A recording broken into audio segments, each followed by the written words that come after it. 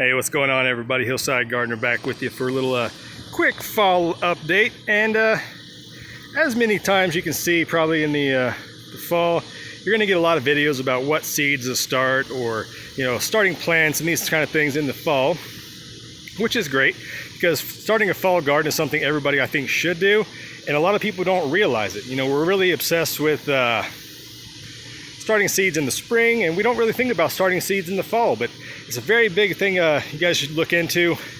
I highly encourage it. There's tons of videos out there. I posted a few myself. Check those out if you want. But what I'd like to talk to you about today is preparing your soil in advance of starting your seeds for the fall crops.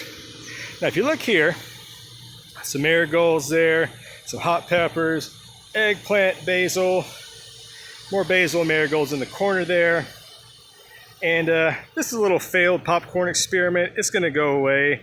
And I do apologize for the noise in the background. The water company is next street over, tearing through the concrete, replacing the line. So I won't complain about that because that needs to be done. Anyways, what I've done, and this is the perks of living on a hillside, is you can't back your truck up to your garden, especially when it's uphill and the street's all the way down below. Which, if you watch my full tour video where I showed you everything from the street all the way to the top of the hillside that I own, you'll understand that there's no way you can get a vehicle back here. So 5-gallon buckets at a time, 2 at a time for hours. That's fine. Get some good exercise. What I really want to show you here, and I'll stop rambling on, is this is my compost that I've got, and I'm putting it in between the rows of the plants. And the reason why that is because, well, like I just showed you, the plants are still growing. So you don't want to try to take a 5-gallon bucket full of compost and try to somehow dump it in between these peppers and marigolds and basil, etc., etc. The sheer weight of the compost will break your plants.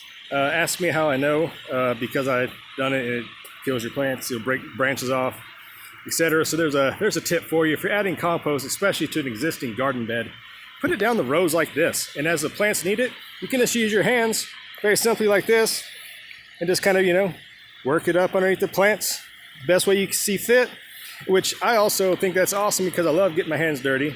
But then you can work yourself in there. If there's any kind of weeds, gives you an opportunity to pull some little weeds you may or may not have seen. Deadheading flowers like these marigolds, make sure you keep those deadheaded, keeps them blooming. You're checking for plants, maybe you see a couple of diseases or something, some bugs you were not aware of. But yeah, just get in there with your plants and just explore around, have fun, use your hands. It doesn't have to be power tools and tractors and shovels and this stuff to be considered gardening or farming or having fun. Just get your hands dirty. You're going to learn a lot more. It's going to be a lot more fun, and it'll be more rewarding when you harvest it because you know how much work you put into it. And I might just be a crazy person and everyone is looking at me like, why is this guy talking to his garden? But the water guy needs to mind his stop sign, I guess. Anyways, like I was saying, but here's the kicker, and this might cause a little bit of controversy. This compost I have here is actually from a municipal source. That's right. So my city actually collects all the refuse like leaves and grass clippings and trees, etc., etc. I have a giant composting facility and sifter and all this kind of thing. And I got a truckload of compost, and it cost me $10. All right. Now my truck bed was overflowing. Hopefully no one's listening from law enforcement, but I may or may not have been able to see out the back window of my truck because there was just so much compost, but they were just kept adding on, so I wasn't going to tell them no. Luckily, I live less than 5 minutes away from the compost facility, so I took the side roads and made it home safely. You do you, if that's what you want to do. I wouldn't recommend it. I can't advocate it, but it's what I did, so live with it. Anyways, the municipal compost does get a bad rap, and I'm sure some cities have tried to pass off dead or diseased, decaying, nasty junk that they call municipal compost, and you may have had some negative results in your garden as you applied that. However, I've done this for 5 years. I've carried, I don't know how many buckets up this hillside to my gardens, my flower beds, my raised beds, this project right here, and I've had no serious issues. I've had no diseases. It's not full of weeds. I will say there are chunks of wood sometimes, some stuff that got through the sifters. Every now and then you might find a piece of plastic or something that got mixed in, and that's going to happen, and some people might turn their nose up and just not use it because of that, and that's up to you if that's what you want to do. But to me, adding a couple extra big chunks of wood to your garden or raised bed, as long as it's not an ornamental situation, you're trying to make the front yard look presentable, like curb appeal or something, maybe you don't want to have a little bit bigger pieces of wood in your flower bed or something. That's understandable. Throw it in your garden, throw it in the hillside somewhere over here. It's going to be broken down, turn back into soil. You're going to be just fine, so please don't panic. But yeah, like I said, some people do not want you to use municipal compost, and I'm going to say use it on a case-by-case basis. If you have never used the municipal compost source before and you get a good deal and you want to try it out, maybe you don't try it out on your vegetable garden the first year because, you know, you do plan on eating that. So if there is some nasty disease or pathogens in there, you know, that's not a bad thing. I wouldn't advise against that. I wouldn't necessarily say that, you know, that's what I did. I mean, I've eaten things out of this garden, this little patch right here, using municipal compost, and I've been just fine. So, but like I said, I'm not just trying to ramble on here, but just do what you need to do. If you don't really trust it, I would say add it to your flower beds, because your flowers aren't going to tell the difference where the compost came from. You can go to a big box store and get a big, you know, 40-pound bag of compost. I don't even know how much it's going to cost you. I haven't really priced this in a while, but I'm sure it's a lot less than a truckload, and it probably costs more than $10. I would say when you figure out the cost, it's probably going to be a little bit cheaper. So let me show you a little bit of something else I've been doing with my compost, and I'll get back with you. Hold on a second. All right, so here's one of my raised beds, and as you see right here, I've loaded this up. This is probably about 8 to 10 inches worth of compost. If you know anything about organic gardening, using a lot of organic matter, it does break down. So always err on the side of adding too much compost, especially if you're not planting right away, because this will give it time for the rain to kind of soak it into the ground, the plants absorb it, etc. But as you see right here, it's almost even with the top.